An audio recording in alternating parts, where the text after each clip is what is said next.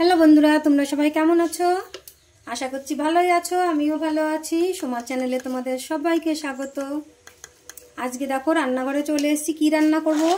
আজকে রান্না করব কাঁকড়া। এই দেখো, এই যে কাঁকড়াগুলোকে সব আমি এই দেখো এরকমভাবে কেটে নিয়েছি।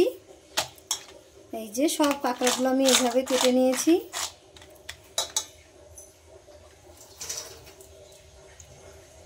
তো সবার আগে লবণ আর হলুদ মাখিয়ে নেব। পরিমাণ মতন লবণ, পরিমাণ মতন হলুদ দিয়ে দিচ্ছি।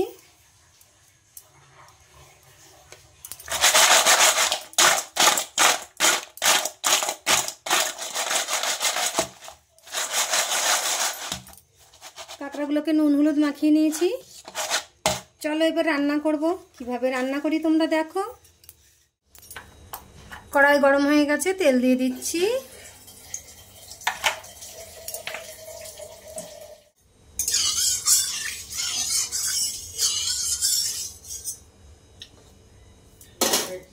তেলটা তো গরম হয়ে গেছে, কাঁকড়াগুলো এবার দিয়ে দিচ্ছি।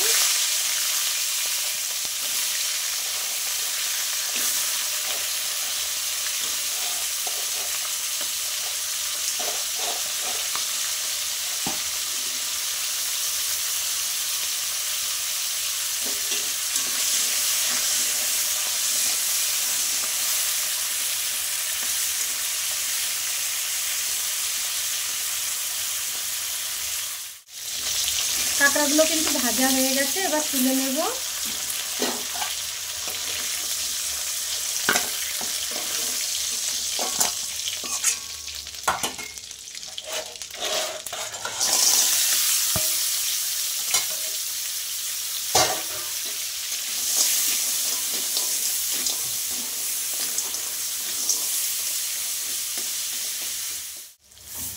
কাঁকড়াগুলো হয়ে গেছে ভাজা, এবার তুলে নেব।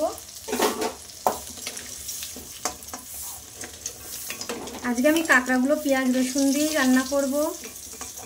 আমার আগে এই কাঁকড়ার রেসিপি দেওয়া আছে, সেটা পেঁয়াজ রসুন ছাড়া কাঁকড়ার ঝাল।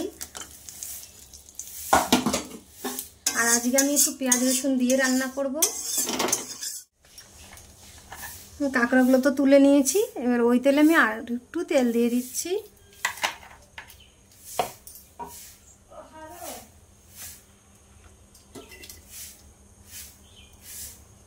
আমি একটু জিরে, সাদা জিরে, তেজপাতা ফোড়নে দিয়ে দিচ্ছি। আমি একটু আলু দেবো, আজকে একটু আলু দিয়ে কাঁকড়াটা রান্না করব। ফোড়নটা হয়ে গেছে, এখন আমি আলুটা দিয়ে দিচ্ছি।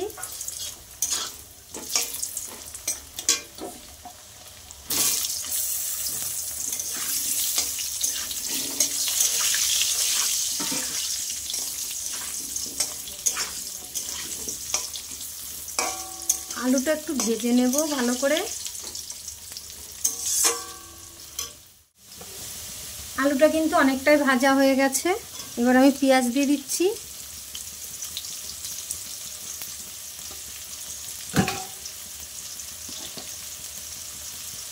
পেঁয়াজের সাথে একটু টমেটো দিয়ে দিচ্ছি।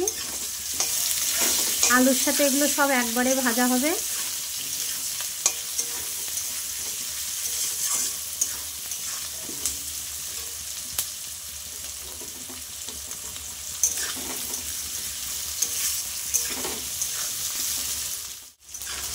আলুগুলো পেঁয়াজ সব কিন্তু ভাজা হয়ে গেছে। এখন আমি মশলা দিয়ে দেবো। এই যে মশলা, এখানে আছে রসুন, আদা, জিরে আর লঙ্কা। এখানে শুকনো লঙ্কা, কাঁচা লঙ্কা আমি মিশিয়েই দিয়েছি।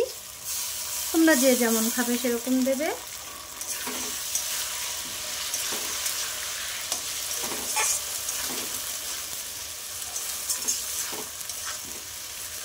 মশলাটা দিয়ে আমি এখন একটু কষিয়ে নেব।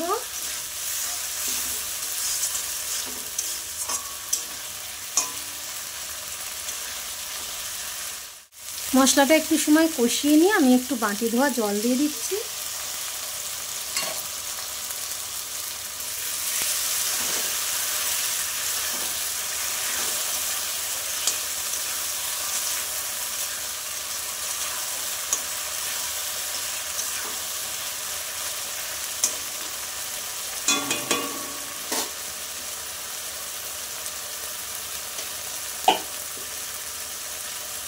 পরিমাণ মতন লবণ দিয়ে দিচ্ছি।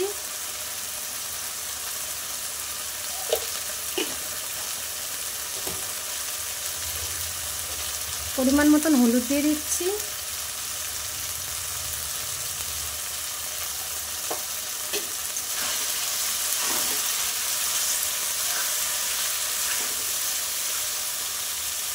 আমি গ্যাসের জালটা একটু মিডিয়াম দিয়ে মশলাটা খুব ভালো করে কষিয়ে নেব, কারণ মশলাটা যত কষাবো তত এটা ততই ভালো লাগে।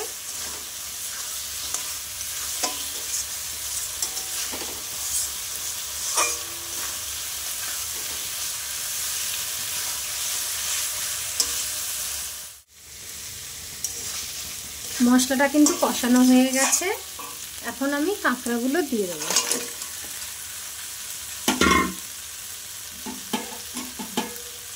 আমি কাঁকড়াগুলো দিয়ে আর একটু কষাবো, তারপরে অল্প করে একটু জল দেবো।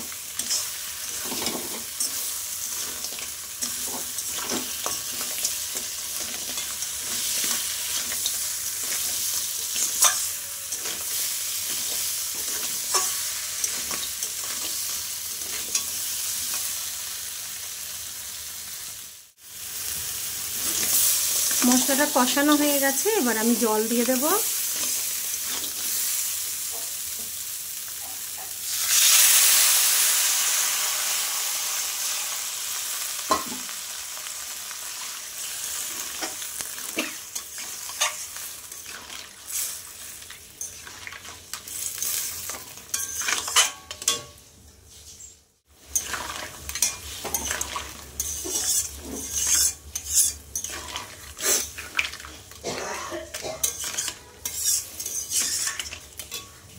পরিমাণ মতন আমি জল দিয়ে দিচ্ছি।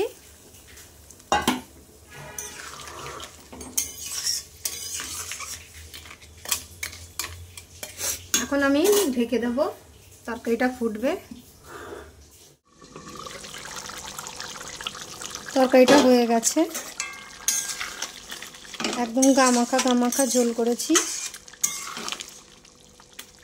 আর এখন আমি একটু গরম মশলা দিয়ে দিচ্ছি। এই যে আমি গোটা গরম মশলা হাতে বেটে নিয়েছি।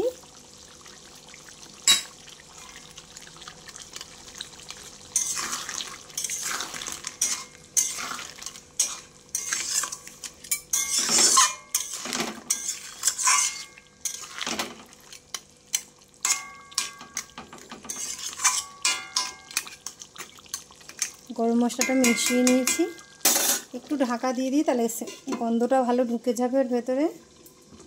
1 মিনিট পরে নামিয়ে নেব। আমি নিয়েছি, দেখো তরকারিটা একদম মাখা এরকম রান্না করেছি। এইভাবে খেতে বেশ ভালোই লাগে। তো তোমাদের যদি ভালো লাগে একটা লাইক কমেন্ট শেয়ার করো। তো পরের ভিডিওতে আবার দেখা হবে। টাটা বন্ধুরা।